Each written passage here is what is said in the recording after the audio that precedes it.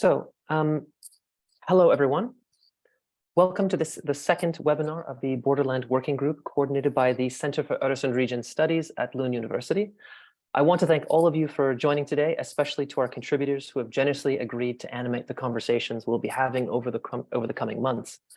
I also want to single out a very special thanks to Joanna Rivano Ekerdal and Mia Krokstad from the Center for Öresund Region Studies. Their time and labor have made this seminar possible. So founded last year, the Borderland Working Group is an informal association of researchers, artists, and practitioners from across Southern Scandinavia studying the culture and spaces of borders. And today it marks our inaugural meeting of the 2023 series, which is focused on showcasing comparative and methodological perspectives on the ways that borders are lived, experienced, and inhabited in the Öresund region of Southern Scandinavia and beyond. And so this year's topic grew out of last year's seminar series, actually, that compared bordering processes between the Öresund and Gibraltar regions. And it's just relevant to mention this briefly, this point, because the ostensible focus of last year's seminars was theoretical. However, very quickly and unexpectedly, in a very positive sense, both presenters and audience members very often reoriented the focus of our discussions on the methods and practices of doing border studies on the ground. And so when the Borderland Working Group was created at the end of last year, we decided that the next program should put these methodological questions to the forefront. So taking a broad concept of dwelling across very diverse professional and disciplinary fields as our starting point, the goal of this seminar is to explore the possibilities that different modes of representation and comparison might generate for critical border studies. And as a concept, dwelling evokes a way of life embedded in history, culture, and geography. And so to inhabit an area is to create a sense of place. We can think of this in a physical sense of a dwelling as a home, but also as a way of residing somewhere. And residing, for its part, is a term that people very often use to define their sense of identity. For example, this is who I am and where I live. But it also describes a specific rapport that citizens have to the borders and nation states as well. So, for example, when we talk about residency in the context of migration, and there are certainly many, many more examples that we can show here, but the point I want to stress here is that dwelling is a concept that brings together a number of possible entry points for us to think about borderlands from a comparative methodological perspective.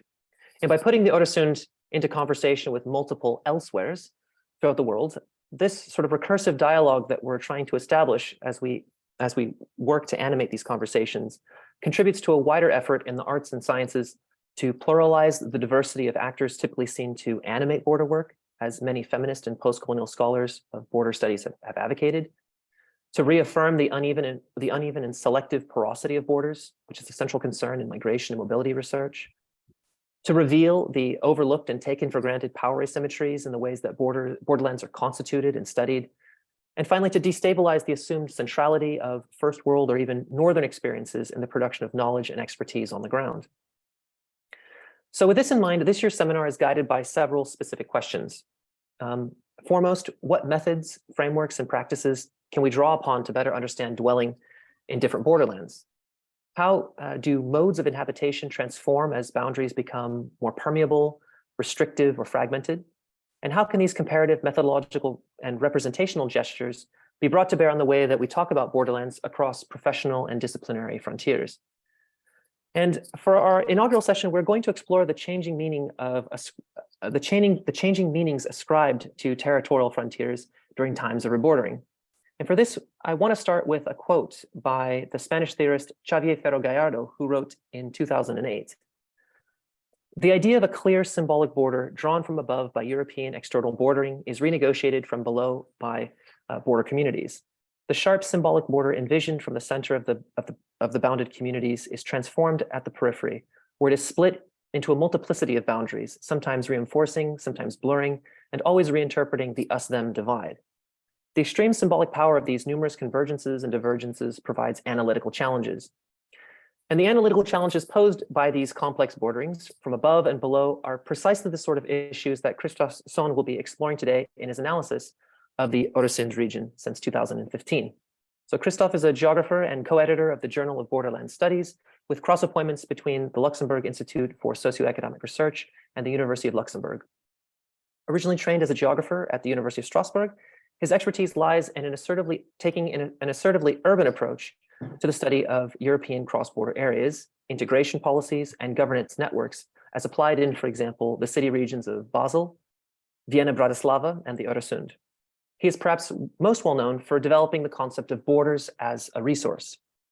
So following Christophe's presentation, we'll take a 5-minute break and we'll return for discussion comments before opening the floor again to audience members for Q&A.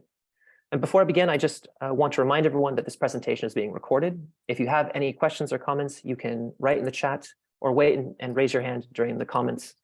Wait and raise your hand to comment during the Q&A session. So without further ado, welcome, Christophe. You can start sharing your screen and begin your presentation as soon as you're ready. Thank you. Good afternoon, everybody. So sharing my screen should be, and all right. Do you see my screen? Yeah. All right. So thank you, William, and thank you to all the colleagues from the Center for Öresund Region Studies for organizing that new series of seminars and also giving me the opportunity to present my research this afternoon.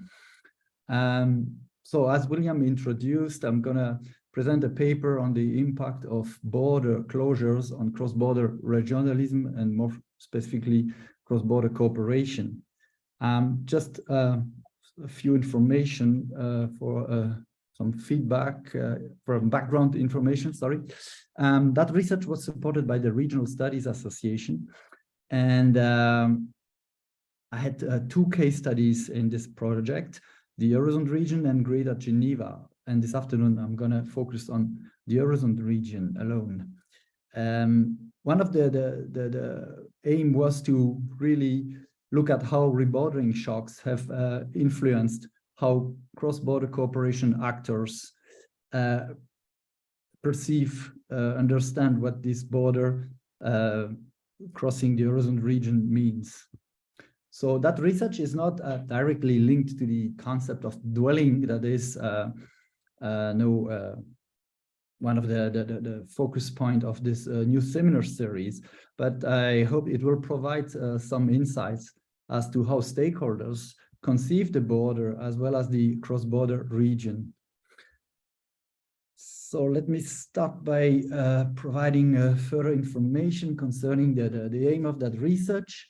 The research question is, to what extent are rebordering shocks changing the meaning of borders for cross-border cooperation stakeholders? And why is that an important question? I have 2 answers to that. First, cross-border cooperation has been an important driving force for changing borders and borderlands, as we all know, and rebordering is challenging some of the key underlying ideas and principles of cross-border cooperation, like this concept of open borders. And the second point why this is important is that according to discursive institutionalism, it is the ideas that play a central role in institutional and policy change. So if I thought that if one wants to understand to what extent this reintroduction of border controls that occurred during the COVID pandemic, but also at other occasions, are triggering changes in policy changes, notably in the field of cross-border cooperation, one good way to start to understand what's going on is to see whether these shocks are changing the ideas that are underlying cross-border cooperation as a public policy. So, conceptualizing borders multiplicity. A border has always multiple meanings, as we all know. And in my view, multiplicity is not defined by the properties of a given object, but by the relationships between these properties. And here I refer to a former paper that I published in 2016 on border assemblage. So basically what matters is how different meanings relate to each other and collectively reflect the identity of the border. That is how I approach this aspect of borders multiplicity. There is a second aspect to look at in that research, a second challenge, if you want, that is that relates to the empirical analysis of borders changing meaning, how to do that empirically.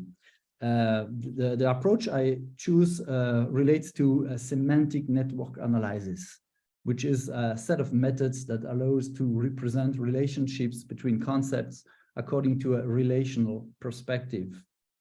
And basically what I'm aiming at doing is to compare cross-border cooperation actors' collective mental representations concerning the border before and after the border closures that occurred in the Öresund region.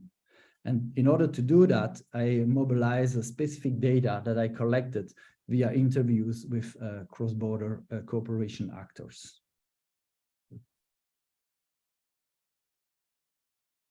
So a few words about the case study for those of you who are maybe not so familiar with the Öresund region. So it's a cross-border region at the Danish-Swedish border. Here on the map, what you see is the kind of more political cross-border region that is also called the Greater Copenhagen region, which is more the branding name. That cross-border area is comprised of 4 regions, 2 in Denmark and 2 in Sweden. So just a few information about how the Öresund region has developed over the last 2 decades. Well, the cross-border cooperation was formalized in 1993 with the creation of the Öresund Committee. And of course, it's the opening of the bridge in 2000 that really boosted the cross-border integration in that region. Here on the chart, you see how the different types of cross-border interactions have been really steadily increasing after the opening of the bridge in 2000, but also how they started to stagnate and even sometimes decline in 2007 and 2008.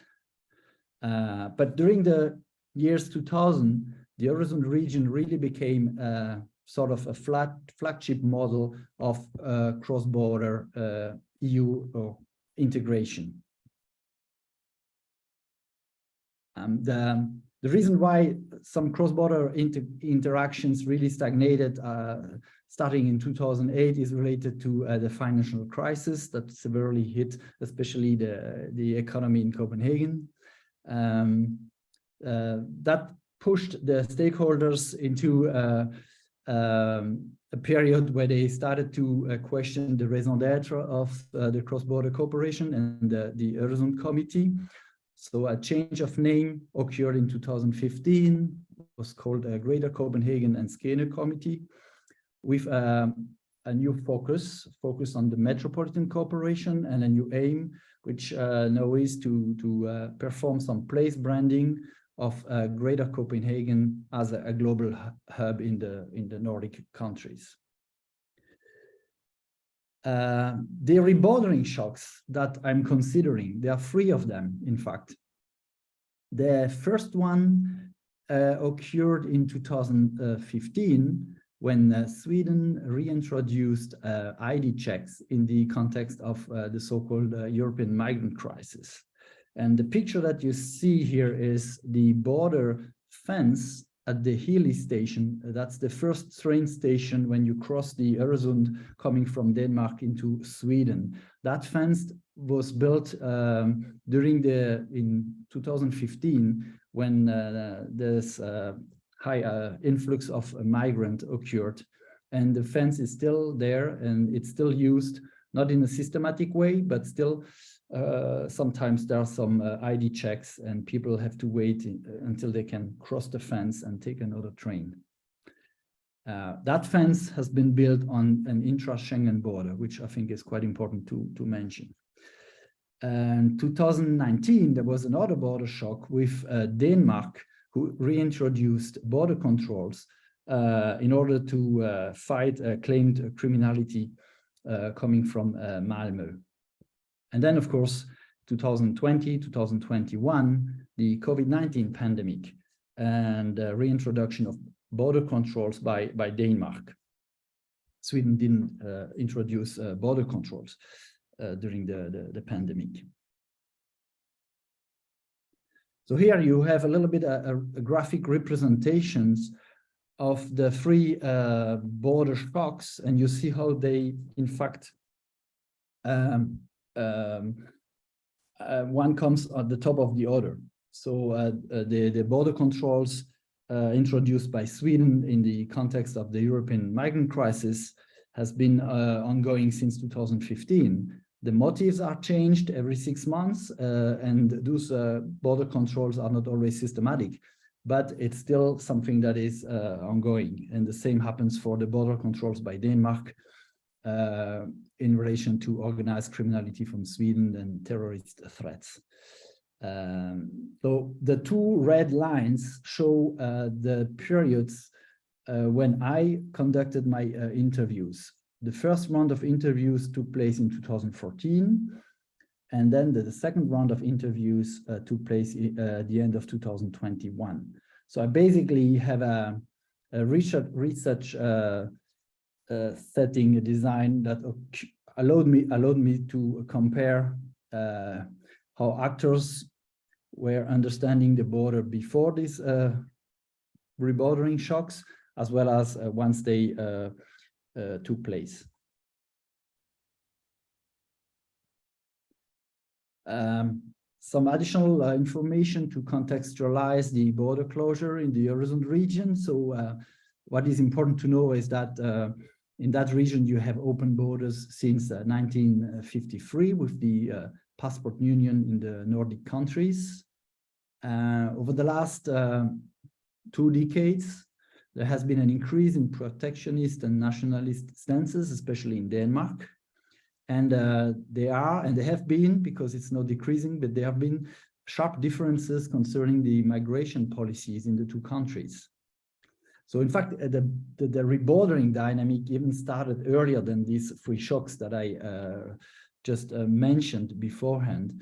It started through the migration policies, especially on the Danish side, before 2015 already. During the period that I'm considering, the border-related decisions were nationally oriented, which means no consultation with neighboring countries or with the border region, as it occurred elsewhere in Europe and in the world. And the border closures or the border controls that were reintroduced were presented as protection against external threats. So now analyzing the changing significance of the border. As I already shortly mentioned, what I want to do is to compare the collective mental representations of the cross-border cooperation actors between 2014 and 2021. And for 2014, I'm using empirical material that I collected in the context of a FP7 project called EU Borderscapes. I was then able in 2021 to replicate the same interview protocol in order to have data that I can compare. And I mobilized semantic network analysis to extract underlying meanings and relationships between concepts, following this kind of relational approach to borders multiplicity. Here it's I try to represent a little bit my approach, how I collected the data. Well, as a first step, I asked the cross-border cooperation actors that I have been interviewing to describe what the border means to them. Here I was really focusing on the national border. So they used keywords or short descriptions to indicate what this border means to them. In a second stage of the interview protocol, I then asked the actors to relate their concepts with a set of keywords I had proposed. The set of keywords, you can see them in those colors. The border as an opportunity, the border as a connection, as a symbolic place, as a marker of identity, as a protection or a threat, as a source of conflict or an obstacle. How I selected those keywords is based on some literature review, as well as previous research that I had conducted in order to try to grasp the various meanings using broad conceptual invariants. And like this, I have been then able in the analysis to see how these different concepts relate one to each other based on the descriptions that the actors I have interviewed have provided, and also based on the coding of these keywords by the actors themselves, not by myself.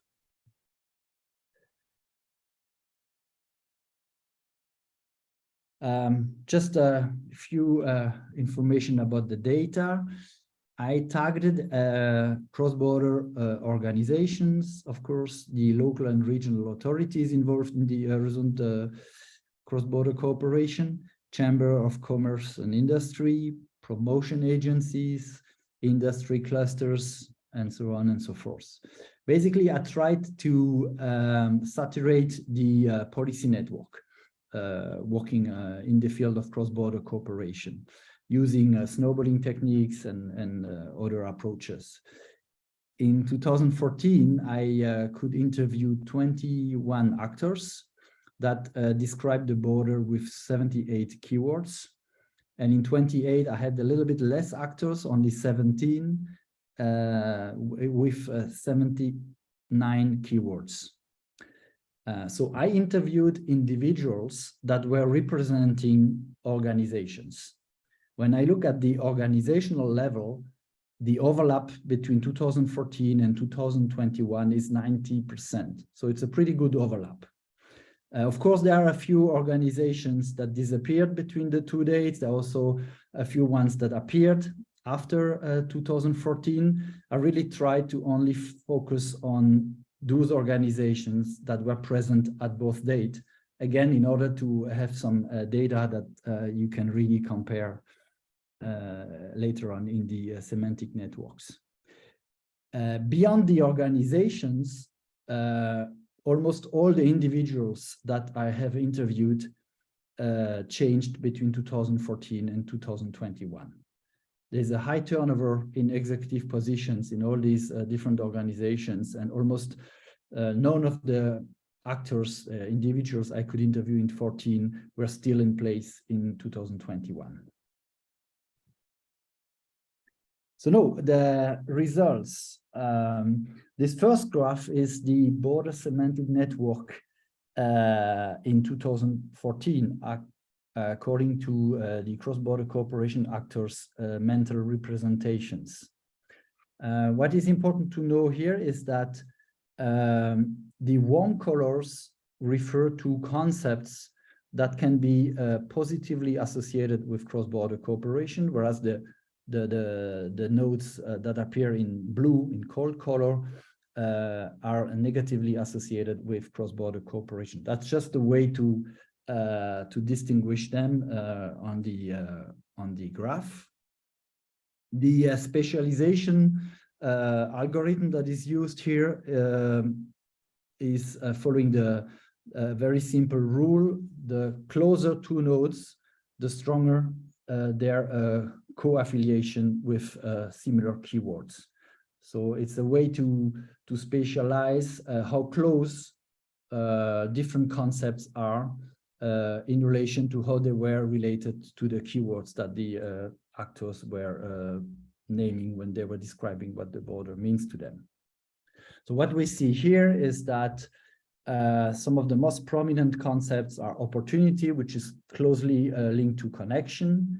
The second one is marker of identity, which is also very close to symbolic, the border as a symbolic place. And a little bit on the right of the graph, you have obstacle, which is the key concept in that part of the graph, which is closely related to source of conflict. Protection and threat are really in the periphery of the graph. So 7 years later, after the rebordering, you have this graph, and you can already see some differences. In 2021, the border as a connection, both functional material connection as well as a symbolic connection, is much smaller and a little bit on the periphery of the graph. And its opportunity and marker of identity, which appear to be closely related. Among the concepts in blue, the ones that are negatively related to cross-border cooperation, it's source of conflict, which appears to be the most widely cited concept. Protection and threat are still quite marginal. Obstacle has a little bit decreased, which I will come back to later to try to explain that. So when I put the two graphs one next to the other, you can see the differences, but it's not that easy to really grasp how these collective mental representations really changed due to the rebordering shocks that occurred. So in order to go a little bit further into that analysis, I have been trying to develop some approach that will look at the structural role of concepts. And for that, I'm using two centrality measures. One is degree centrality, which basically refers to the popularity of a concept, the number of edges one concept has with keywords. It's a very simple measure in network analysis. The betweenness centrality, that's the second concept I use here. This one relates to the connectivity of a concept within the entire network. So that allows to grasp to what extent is a concept playing a brokerage role within the semantic network. So with these two centrality measures, it's possible to put them in this kind of table and cross table, and by crossing low and high degree centrality with low and high betweenness centrality, you end up with 4 roles. When both centralities are high, the concept is a global hub. It means that it is really of high significance for the entire semantic network. If the degree centrality is high, but the betweenness centrality is low, you have a local hub. It is important, but only for a part of the semantic network, only for a certain aspect of the meaning of the border. If the concept has a low degree centrality and a high betweenness centrality, it's a bridging concept. It is linking to a subpart of the network, to communities. And if the two centrality measures are low, then it's a peripheral concept. This is a typology which is used in framing studies. Here I mentioned one source, but has been used by other authors who are doing this kind of work using semantic networks. So here I represent my 8 concepts in 2014 on the left and 2021 on the right. And I have indicated I've divided the space in 4 with global hub, local hub, bridging, and peripheral. There are no bridging concepts in these networks. But what is interesting to see is how especially the global hubs concepts are changing. And here, one of the most important changes is the fact that obstacle, which was a global hub in 2014, in 2021 is only a local hub, and connection, who was a local hub in 2014, is now a peripheral concept. And then the last important change is, of course, the fact that source of conflict that in 2014 was very peripheral has now become a global hub for the collective understanding of the border in 2021. And in fact, there is a substitution effect between obstacle and source of conflict. That explains why obstacle diminished a little bit, because in the eyes of the cross-border cooperation actors, the border as an obstacle has been replaced by the border as a source of conflict, which also indicates to a certain extent this kind of how more serious the issues related to the borders have become with the reintroduction of border controls and so on. Threats, the border as a threat is still a peripheral concept, although it has gained a little bit of degree and betweenness centrality.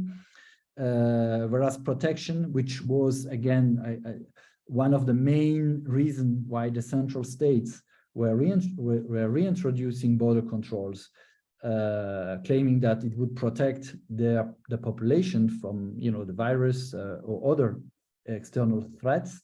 That idea of the border as a protection has remained very, very marginal, very, very peripheral in the eyes of the cross-border cooperation actors. So if I try to wrap up the main findings here, the border as a connection or as a bridge has lost significance. That is, of course, a direct impact of border closures and the kind of loss in trust in free movement. That is not a surprise, I think, as a result. Second point is that the border as a source of conflict has become a central concept defining the border and in a way replacing the border as an obstacle. That is quite worrying, and it, I think, is related to the increase in divergences and the polarization of feelings of the type us versus them that gained some prominence with this series of rebordering shocks that occurred. Yet the border is still conceived of as an opportunity which is closely associated with its role as a marker of regional identity. Here, maybe to some extent, this is the result of the place branding strategy that has been put in place since 2015. Because remember, I am here looking at the mental representation of cross-border cooperation stakeholders who have been involved in that new strategy for cross-border cooperation in the Öresund region. But that's just a hypothesis. I'm not sure that to what extent that really played a role in explaining that close connection between opportunity and marker of identity. In my view, it represents a source of hope for the future of the Öresund region, since it tends to indicate that there is a common sense of place that is still acknowledged by the actors who are involved in cross-border cooperation, and they see this as an opportunity. Last point is the protective role of the border that remains really marginal in the cross-border cooperation actors' mindset.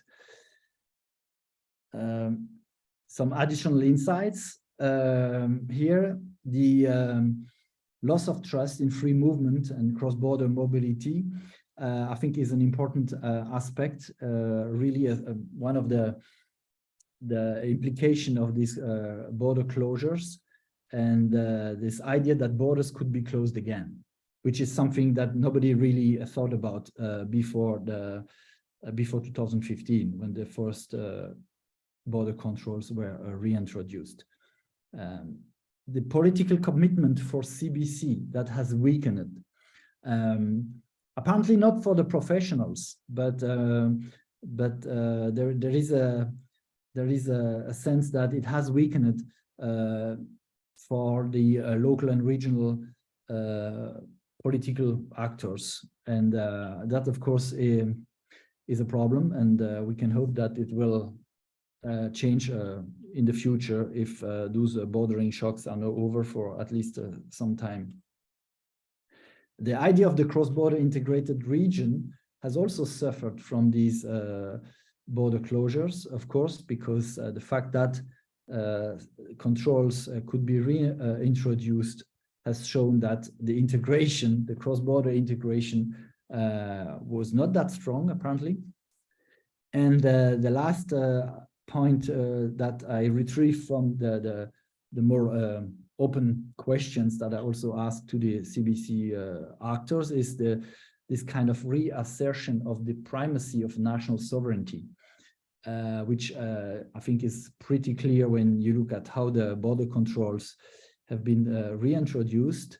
Again, this in the Öresund region was not something that was really brought to the fore before the rebordering shocks. There was this idea that the regional actors had quite a large autonomy. The kind of cross-border construction in the making around the Öresund was not in the really prime interest of the national governments, etc. And that, you know, what was occurring along the border was maybe a little bit far away from the interest of national politicians. But with this reintroduction of border controls, this primacy of the national sovereignty has become quite clear. Some limitations to finish this short presentation. One question relates to the durability of the ideational shifts that could be identified. Well, that's a clear limitation because two snapshots, the one in 2014 and the one in 2021, are certainly not sufficient to grasp a dynamic process. So for sure, the way cross-border cooperation actors, but that could apply to any other group in the meantime, the way a certain group of people perceive the border, understand what this border means, is changing in a dynamic way. And the kind of diachronic analysis I implemented does not allow to fully grasp that processual kind of shifts that occur. There's also a limitation given that the individuals I have been interviewing, of course, they represent organizations, but their understanding of the meaning of the border may be, of course, influenced by factors that have nothing to do with their rebordering shocks. All these individuals have their own experience with living in a border region, with walking on one side, living on the other, crossing the border or not having such a big experience because they are coming from another region, from Sweden or Denmark, and therefore their understanding of the border and the meaning they ascribe to the border is, of course, also strongly influenced by their own experience and in the everyday. And then there is a third limitation here, which points to methodological choices that I have been doing. One is, of course, the impact of the set of concepts that I used for the coding of the keywords. Of course, using a different set of concepts would probably would have resulted in some different results. And one can discuss whether the set of concepts I have been using were the most relevant ones.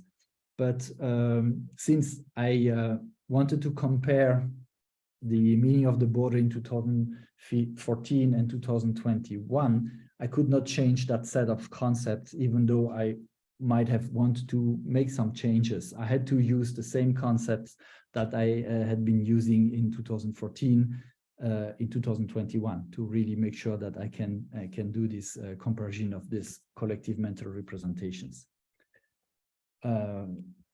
Voila, thank you for your attention, and I'm available for any questions you might have. Thank you, Christophe.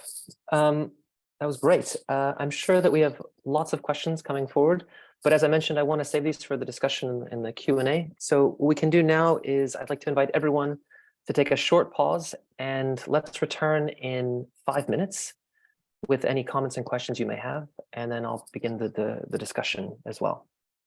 Okay, so until then, I'll see you in 5 minutes.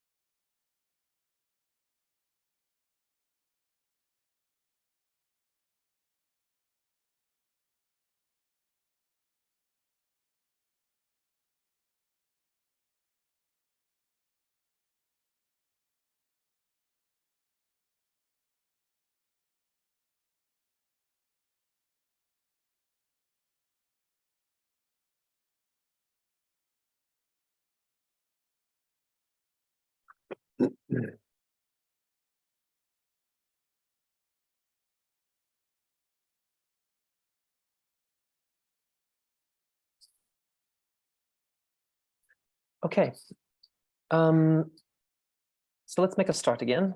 I just want to note that Christophe has indicated that for those of you who are interested, who are listening in, there's actually 2 positions. One is a postdoc position and a PhD position at the Luxembourg Institute for Socioeconomic Research, and one is for a PhD position and one is for a postdoc. And if you're interested, please reach out to Christophe for more information. Now, what I'd like to do now is just simply get into the discussion points of this session. And I'm going to start today with just some general observations about the paper and the presentation, because they're obviously based on the presentation's based off the paper. And then I'll move into a few more specific methodological points that I wanted to raise with you, Christophe, to better understand what is happening in the Öresund region. And so first, I think it needs to be said that I think this is a great presentation to kick off this seminar series this year. I think that it's really set the tone for how we can begin to more assertively think about the methods and practices that we can engage with, and by putting the Öresund region into conversation with other borderlands. And so for that, I think that's fantastic, and I'm really happy about that. In regard to the actual presentation in the paper itself, just to sort of give a brief summary of what I think I took from that from both works, is that you're essentially situating the rebordering of the Öresund as part of a wider trend occurring throughout the EU in recent years. Brexit, the militarization of the Spanish-Moroccan frontier as 2 evident examples of this. And the question that you're asking is, how might researchers go about identifying and interpreting the meanings of these, the meanings that these territorial actors ascribe to this new territorial reality? And there are, of course, many, many different ways that you could have gone about doing this, but your focus is on semantic network analysis, which is about assessing the relationships among words and concepts, and in this case, the terms that stakeholders attach to rebordering events. And as I understand it, you did this in 5 main steps, which I thought were very, very clear in the paper, or hopefully at least, because maybe I misinterpreted it. So first is that you identify the key cross-border cooperation stakeholders that are involved in this regional border work. Second, you collect keywords or short descriptions that they hold about the border itself from these 2 different periods of time, or during 2 different periods of time. You then have them rank the importance of these terms and descriptions, And then you associate these words and descriptions to 8 more general concepts used from border scholarship that you identified. And then lastly, you then map the popularity and relatedness of these concepts over these 2 periods of time, which provides you with a way to observe the degree to which the meanings about the Öresund borderland have changed since 2015. And if that's correct, you then go on to sort of elaborate the key findings from this analysis, and I think which is actually quite interesting, in that you found that stakeholders express an increasing view of shortcomings and disappointments over the introduction of these border controls in the Öresund. And while the border remains to be seen overall as an opportunity and as a marker of identity, globally speaking, it has also come to be seen. It also has come to be seen as a source of conflict. And conversely, the role of the border as a sort of connective space has similarly receded from the minds of territorial actors, which is remarkable given the fact that this social and material connection, quite literally with the bridge, was the premise driving regional integration in the first place. And I think the most valuable thing that I think I took from this paper is its potential for comparability across many different borderlands. It's a very restrained study in the sense of it's not super elaborate, drawing in many different pieces. It seems to be very, at least the way you present it, it seems very clear and straightforward. It doesn't necessarily get into much explanatory depth, and I don't know if that's even possible with this type of study, about why these meanings are changing among different actors, though you do offer some, I think, very persuasive points in this regard. But I see it more as providing a way to identify and assess that a change in meanings has in fact taken place and what those meanings actually are. And I see this actually as quite useful in generating that very important ground level knowledge that can either be compared to other borderlands or can be used as the basis for much more in-depth work on the same region. And it seems to me that the framework could be fairly easy to modify as well to accommodate different types of questions about bordering phenomena as well. And so for me, I think this kind of study would be really useful, especially at the beginning of like a collective interdisciplinary project on borderlands, in that it provides, to my mind at least, a common set of ideas and terminology that people can use to speak with one another about what's happening. So it's that again, that sort of foundational research that's really important. And I think from that, it also gives, because it's not trying to explain everything, it's really the starting point for explanation, I think it generates a lot of entry points for opening up further exploratory research, precisely for what it does. And so, for example, I think there are a few areas where this research could be linked to other techniques used by members of the working group. And the one that stood out to me almost immediately was Christophe Sohn, who unfortunately isn't here with us today, because I really would have loved to hear his thoughts on this. Back in the 70s, he did, and I know you interviewed him for your paper. Back in the 70s, he actually did a series of mental maps of businesses in the Öresund, or business leaders in the Öresund. And he tried doing it again not too long ago, from what I understand, but it didn't work, and he couldn't get enough responses to make that possible. But I think there is great potential here to spatialize the relationships that you're talking about using these sorts of mental maps, especially when you were talking with the actors themselves. It would be interesting to see, because I know you're saying you're focusing on the national border itself, but I wonder to what extent the national border, we're taking that national border for granted in a way, that maybe the way that they perceive the border itself and the space of the borderland is actually quite different than what we're assuming here. The other area that I thought this could be really interesting, as a really interesting ground level study, or part of a study, interdisciplinary study, is through the work that Lisa Dietrich and Jeannie Lee mentioned in their Traveling Transects project. And here they have essentially 3 different components of the Traveling Transect methodology. The very first of which is called transaerial concepts. And for them, it's essentially doing what you're talking about, but it seemed in a much less structured kind of way. And I think that if they employed this methodology in the beginning, that it might actually provide a more systematic basis for thinking about the other types of work that they want to explore in their field work and spatial design later on.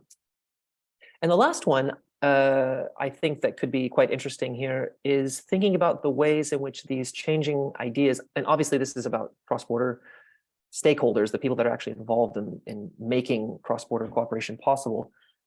But I think as a methodology beyond these specific actors themselves, I think there's something interesting about reflecting on how these types of mental imaginings could be reflected in representations of the border in popular culture.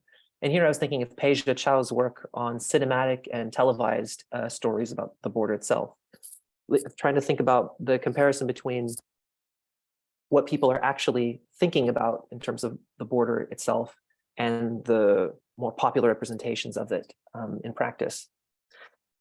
And then I had 4 questions that were actually unanswered in both your presentation and the paper itself. And I think some of them you're going to be able to answer immediately. But, and I think this is potentially also due to the just simply design limitations of the methodology. But one is, how do the meanings that you identify relate to different stakeholders themselves? So you talk about journalists, planners, city officials, members of the business community. So are these meanings, are we taking perhaps too much for granted the fact that the stakeholders themselves reflect a cohesive group of people with a relatively cohesive set of ideas about the border itself? So do the meanings change also based upon the types of groups that we're looking at? Say, for example, between journalists, public officials, or let's call them administrators, et cetera, and say the business community. The second question is, how are these meanings related to, and actors related to specific levels and areas within the territorial state itself? So do these meanings change when we look at locally based actors, say in Malmö, and compare that to someone else in a similar position, but maybe based in Helsingborg? Another question might be, do these meanings change based upon whether someone is a local actor or if someone is more situated at maybe, say, a ministerial level at the national level, right? So I was wondering how that played out. And I know you don't have a lot of people that you interviewed for this to make that broader set of questions possible. But I'm curious, is there any evidence perhaps there's maybe internal conflicting interpretations about what is happening with the border based upon these different positions within the state and across the different states? Third question I have is, how do these, and this goes back actually to your work, how do these meanings relate to specific ideas of the border as a resource? In this case, I'm thinking of how do these meanings relate to specific outcomes that people are oriented towards as in their work as professionals. And the last one pertains to the idea of border multiplicity. And in this case, you're talking about the multiplicity of meanings.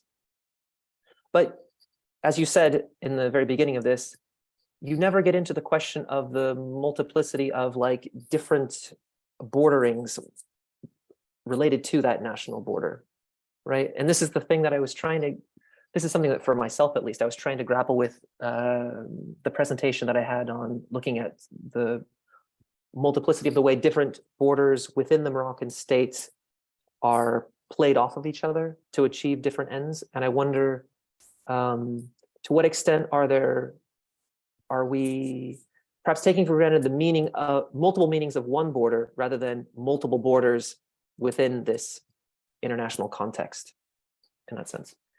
And again, I really enjoyed this paper, and I leave it open to you to perhaps, should we have you answer or just respond first, and then we can open it up to the Q&A? Yeah. Okay. Thank you.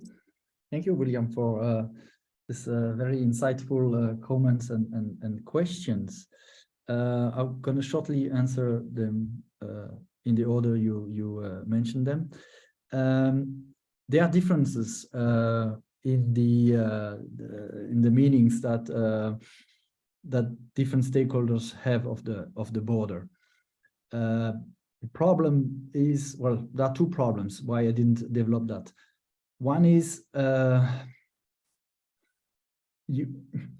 some groups are really limited to a few individuals in my network. So if I start comparing, as you mentioned, journalists versus maybe planners, technicians working in local or regional authorities, I end up looking at the mental representations of a few individuals and sometimes just one individual. My idea was always not to look at the individual mental representations, but the collective one.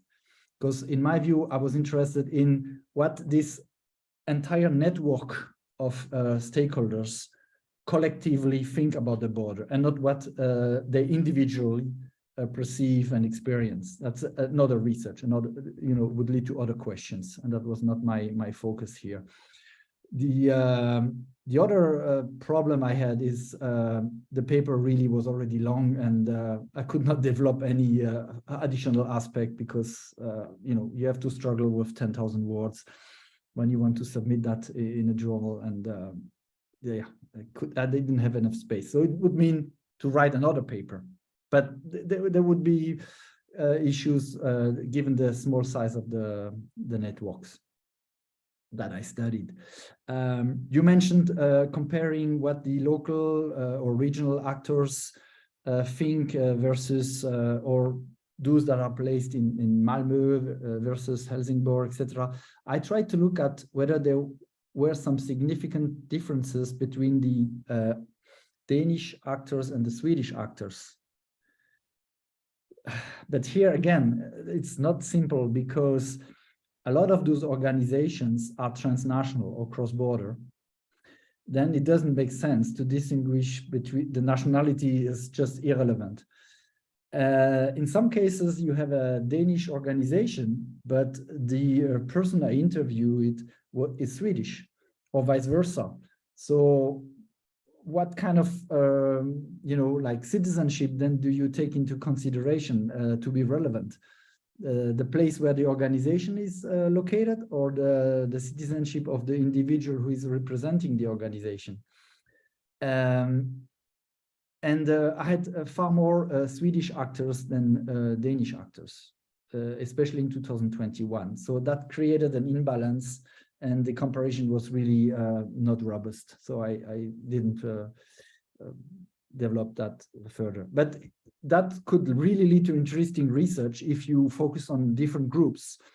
What I mentioned in the paper, I didn't mention it in the presentation. It would be very interesting to replicate similar approaches and discuss with like journalists or other actors involved in the cross-border region, and who convey meaning and etc. How they understand the border, and not just the cross-border cooperation stakeholders, which is a very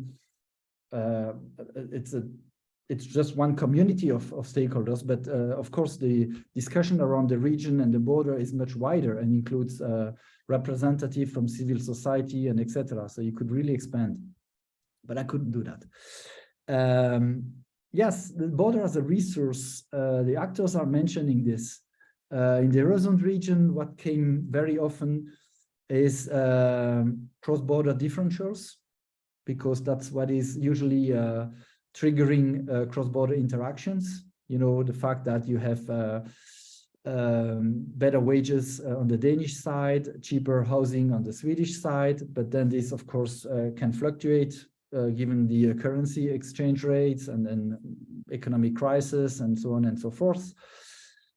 Cultural differences, which are not that huge, but they do exist, and they sometimes really make sense. And are not just barriers that make the whole communication more difficult. They are sometimes also seen as advantages or opportunities to come together and have some more creative encounters and developments based on the existence of these differences, like kind of hybridization style of process.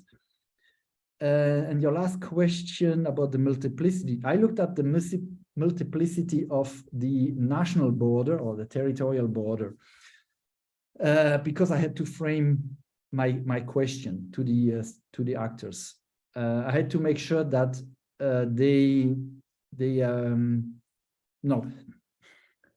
I had to make clear what was the question I was looking for. But then, of course, they have different understandings of what this border means. And for some of them, it might be just a line running in the middle of the strait. For others, it was the whole region that was the border, etc., etc. That was their understanding, and that is fine. But I had to frame my questions in the same way for all of them, so that I do not introduce biases due to the fact that I would sometimes refer to this and sometimes to that. So the multiplicity of multiple borders or like multiple layers and manifestations of the border, I think it's partly captured, but that is left upon the actors, whether they understood it like this or not. It's not something I can fully control. Thank you. Okay, so we're out of time. But we have to, I want to at least, if anybody wants to go, they can go, but perhaps can we have a few more minutes just in case anybody has a question from the audience, if they'd like to ask it. I know that there were a couple that were put in. Okay, let me see here. So we have one from W. Ritter. The border closures in the Öresund have damaged the idea of an emerging border region with free flow of brains and ideas. Once the image of an open, connected region is destroyed, it may take a long time to rebuild trust among current and future actors in the border region. How long will it take to recreate this? I think this is a very open question that can't be necessarily answered directly. Does anybody else perhaps have something else that they might want to add to this? We have two questions in the chat. Have you seen it? Oh yeah. Oh, I see. I was looking at the wrong one. I'm sorry. Yeah. Yeah. So what would you suggest as further research? And would you dig into these borders or apply the same methodology in other borders? Yeah. Further research, I think what could be very interesting is to apply a similar method using semantic network analysis to formal discourses. For the research I conducted, I could not rely on formal texts, discourses, because, well, they do exist for 2014, but I had nothing for 2021, meaning after the rebordering shocks. Since it takes some time, there is some inertia in order for the cross-border cooperation actors to put in writing how they perceive the border and what that means for their projects, initiative, etc. But it would be very interesting to rely on a different source of information and try to do a discourse analysis using semantic networks, but not relying on those interviews and the protocol I followed, questioning the actors about the meaning of the border, but looking into the production of discourses that do exist once they are available and compare the results. I have done this in other along other borders, in Geneva, along 3 places in Europe, Luxembourg and Geneva, in addition to the Öresund, but only in 2014. And also did it along the US-Mex border, always following the same approach. For Europe, what is interesting is that the structure, the relational structure of those semantic networks are quite close.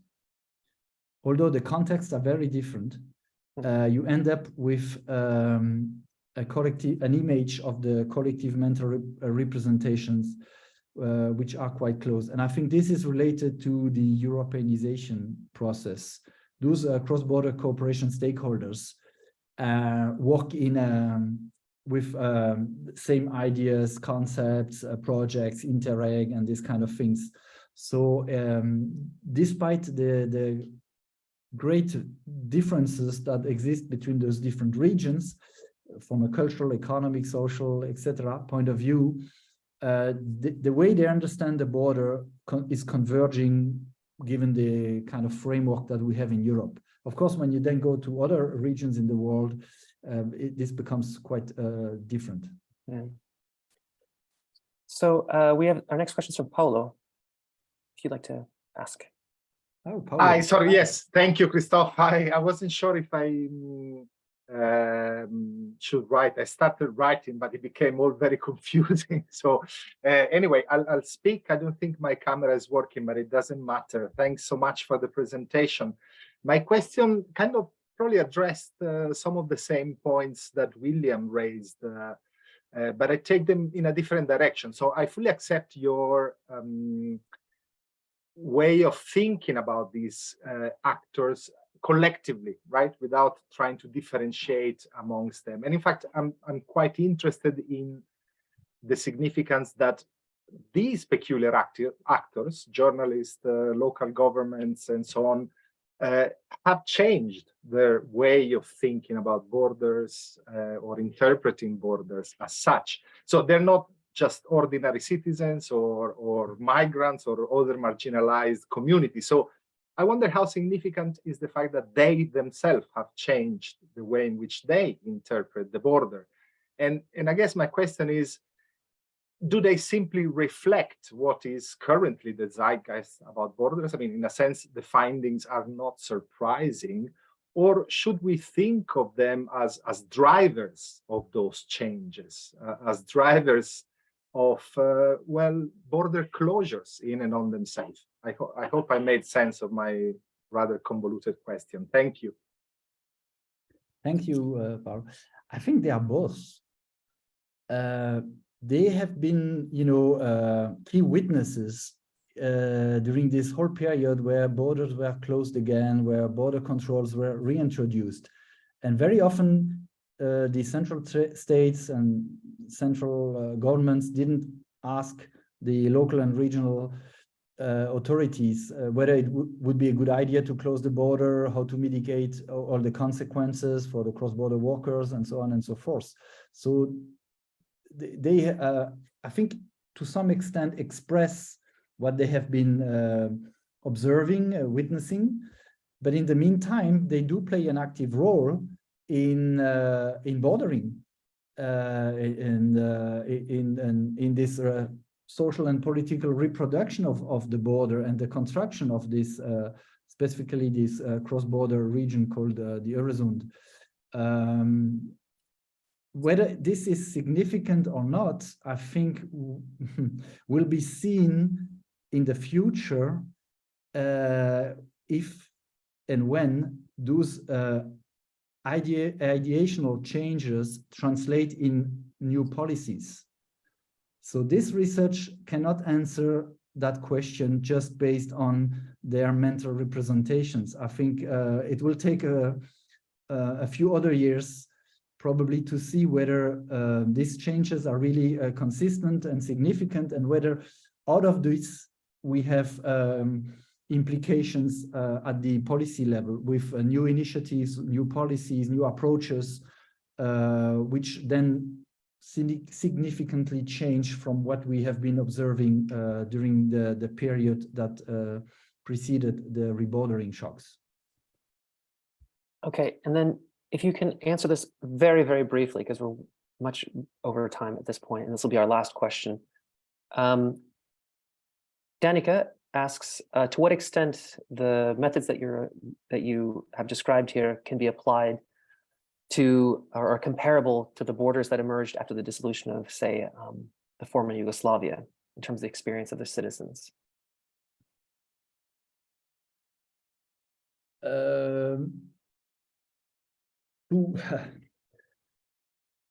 To understand better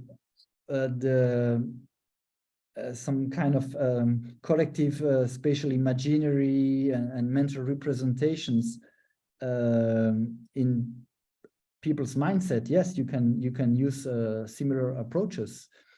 What is difficult to do is to return in the past in order to detect a change due to a shock.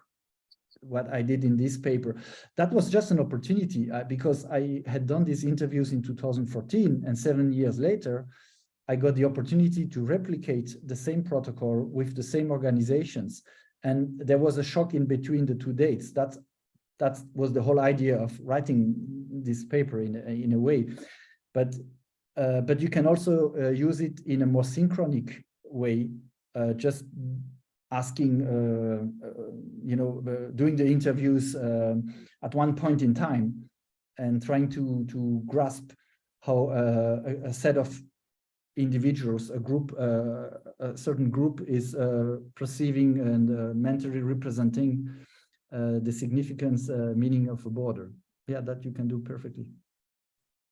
All right, then. We are now at quarter to. So I just want to thank everybody, especially Christophe, for joining us today and talking about his work, and to all of our future contributors, and especially to me and Joanna for making this possible. And thank you all to our audience for making this happen as well. Your lively questions and comments were extremely helpful. Have a great day, and we'll see you again next time. It was great to discuss with you. Bye-bye. Bye.